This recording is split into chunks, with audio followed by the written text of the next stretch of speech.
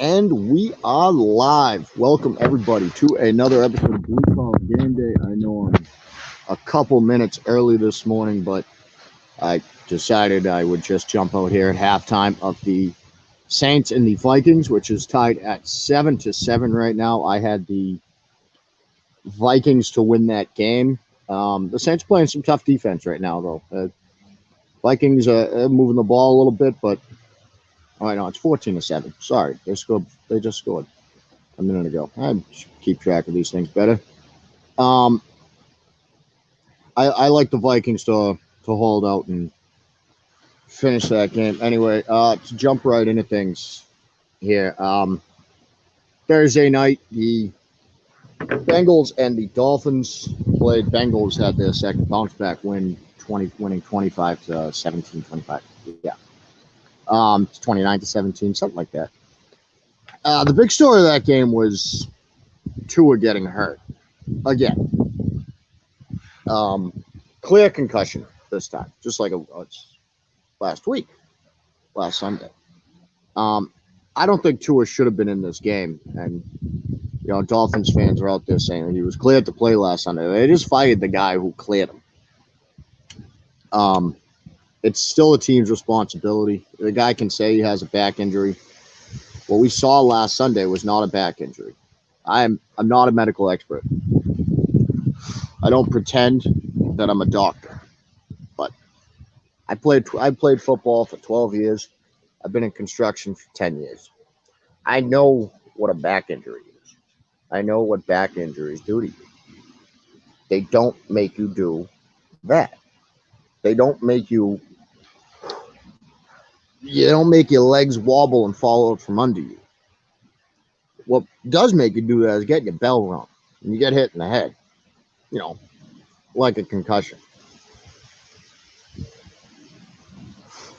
No, I don't think he should have gone back in the game against the Bills.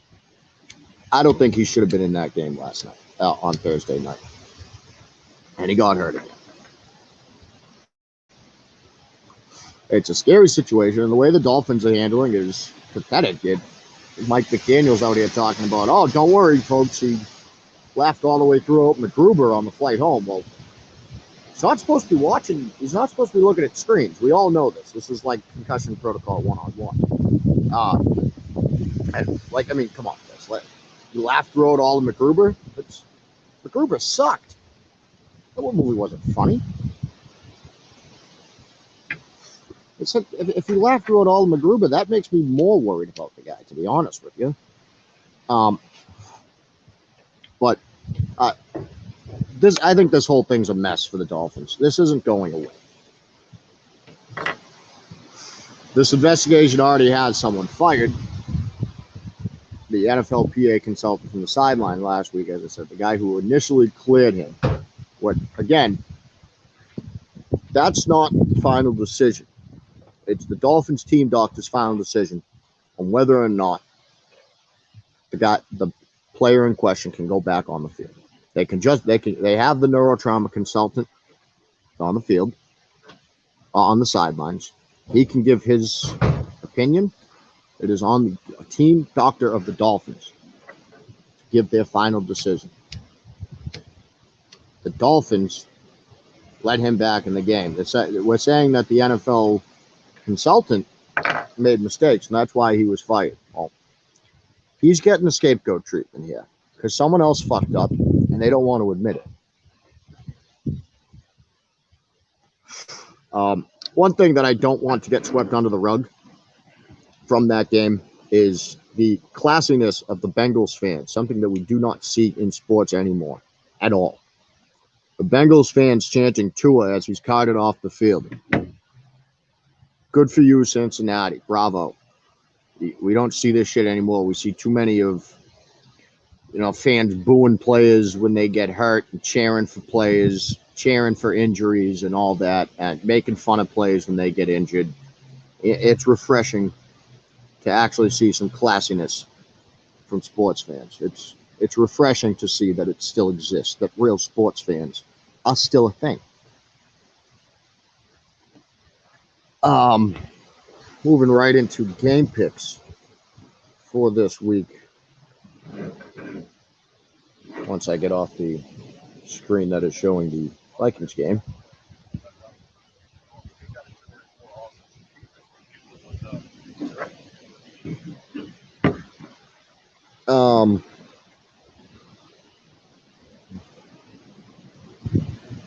We got the Browns and the Falcons at 1 o'clock today. This is really a game that I don't know what to do. There's a lot of games today that I don't know what to do.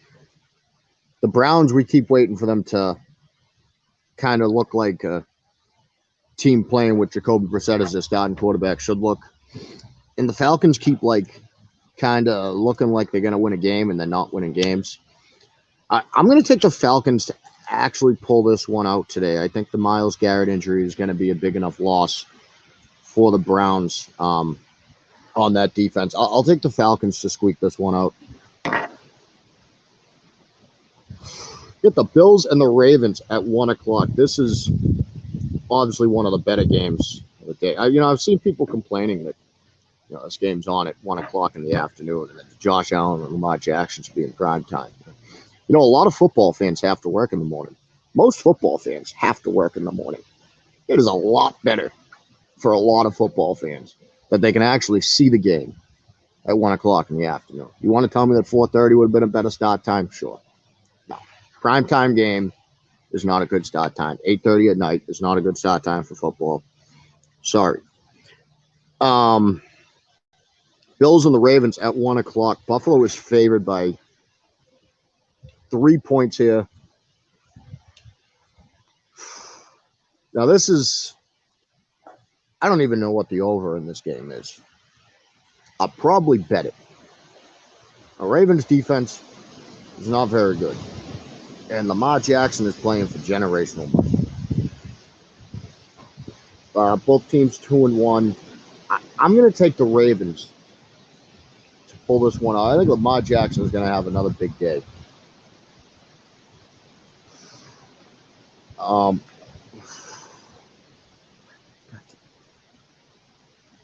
Commanders, Washington football team. Worst name in football. Not Commodores. All right. You want to have a bad name like Commanders? I'm going to call you the Commodores. Hello, what's going on? Washington Commodores, Dallas Cowboys, 1 o'clock. Dallas favored by 3 here. Dallas will win this game. Right. I know it's Dallas with Cooper Rush. But they've already won a couple of games that we thought they'd have a hard time. If they could beat the Giants with Cooper Rush, they can beat the Washington Commodores. I'm going to take Dallas to go start 3-1 here. Seahawks and the Lions, another battle of what the fuck do you do with this game? Both teams are weird, should be bad, don't look half bad, don't seem to win games.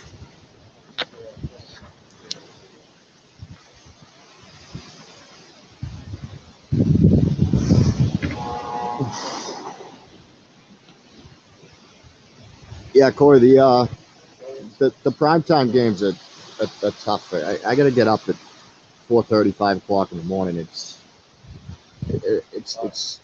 I just can't do it. I Monday and Sunday night games, Thursday night games. I watch on the following day. I watch in the morning on my way to work.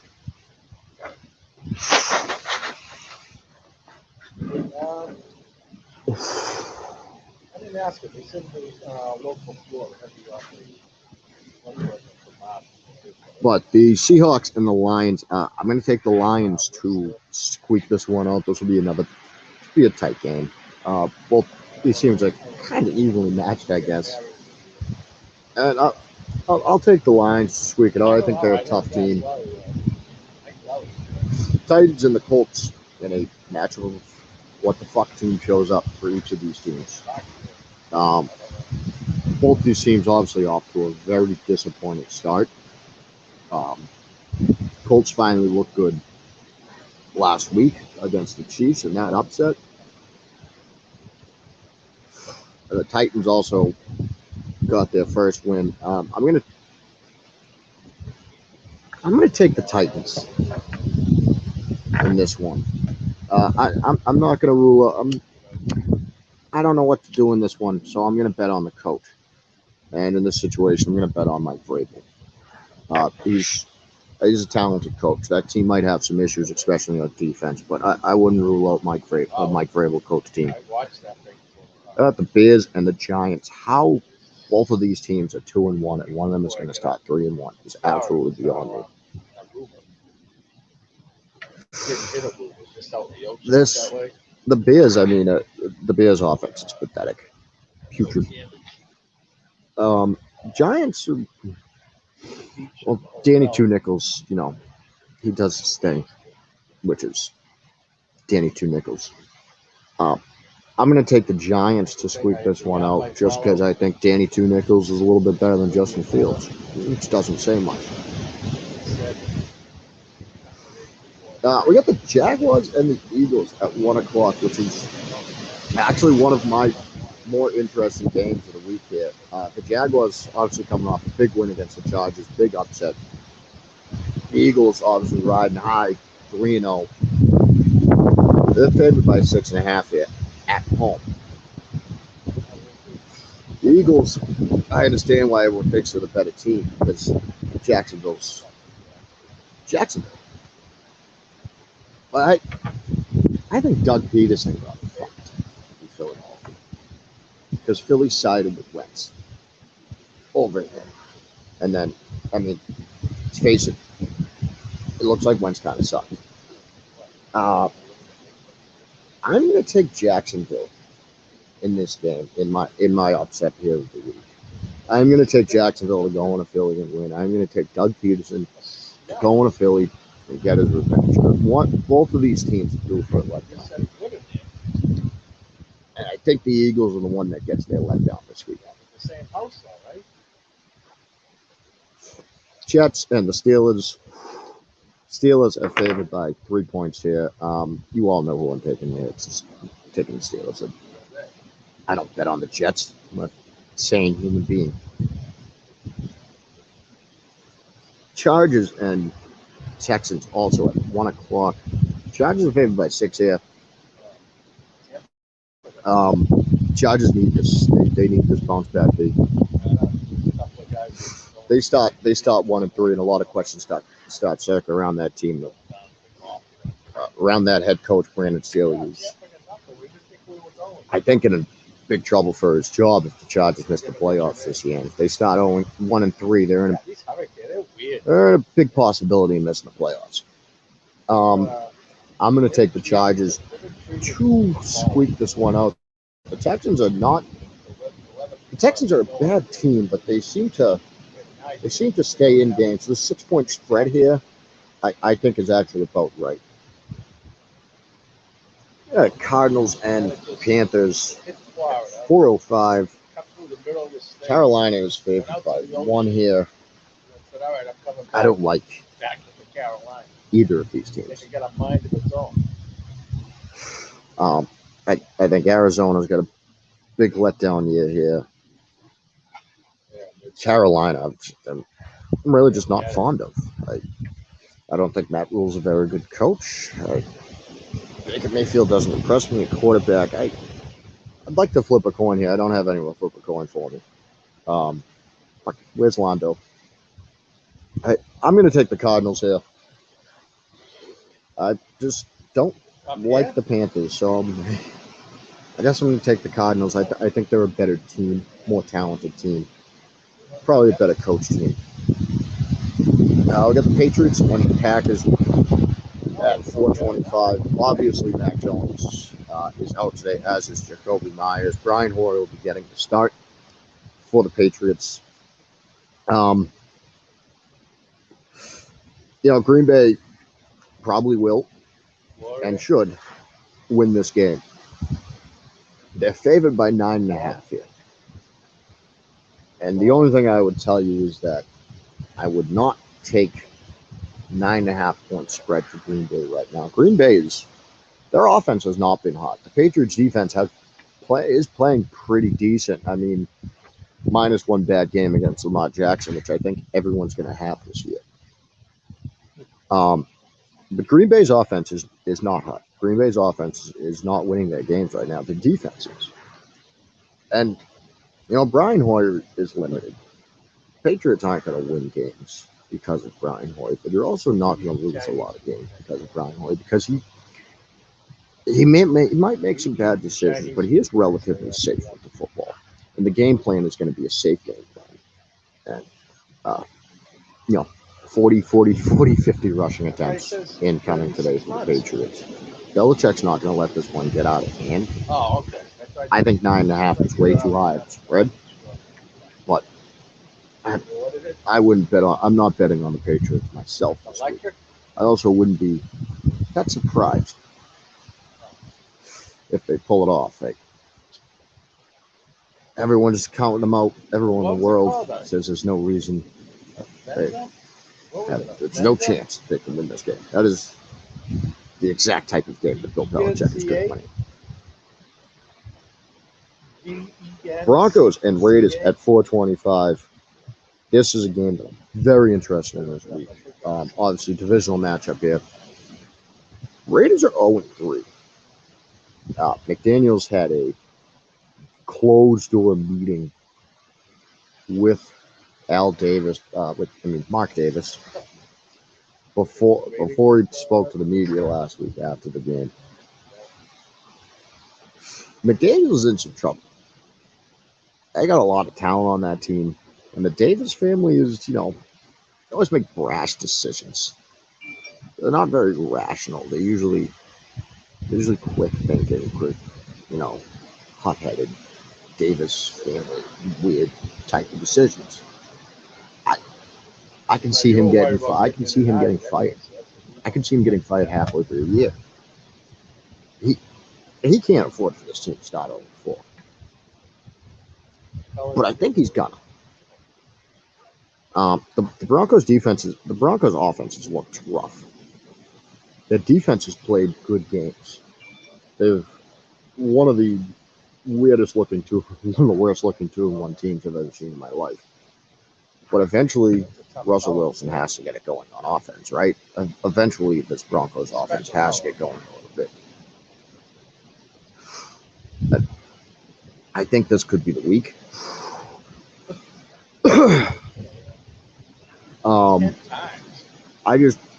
I don't think McDaniels has it in him as a head coach to rally an 0-3 team. I don't think he has it in him as a head coach to rally that many personalities and that many superstars like Devontae Adams and Chandler Jones and Max Crosby and Darren Waller on a team. I don't think he has it. I think it's why he failed as a head coach before. And I think we're going to see that today. And I think if they start 0-4, I think it just gets worse for the Raiders from there. The Chiefs and the Buccaneers is the Sunday night game this week. I am going to take the Chiefs in this one. Tampa is favored by 1 point.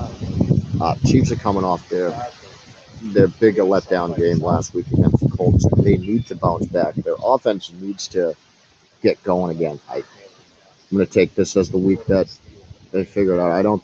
I think they hear the noise. I don't think the Andy Reid offense has stayed quiet for long. I'll take the Chiefs to squeak this one out here against Tampa. I get weird this game's being played. I think it's in Miami, actually. They got it back from Tampa. The Rams and the Jimmy Garoppolo 49ers at 8:15 Monday night. San Fran is favored by 1.5, and I have no idea how. This is one of the times that I like to say that there's a reason they're able to build those palaces in the desert. They know more than us at times in Vegas. They do.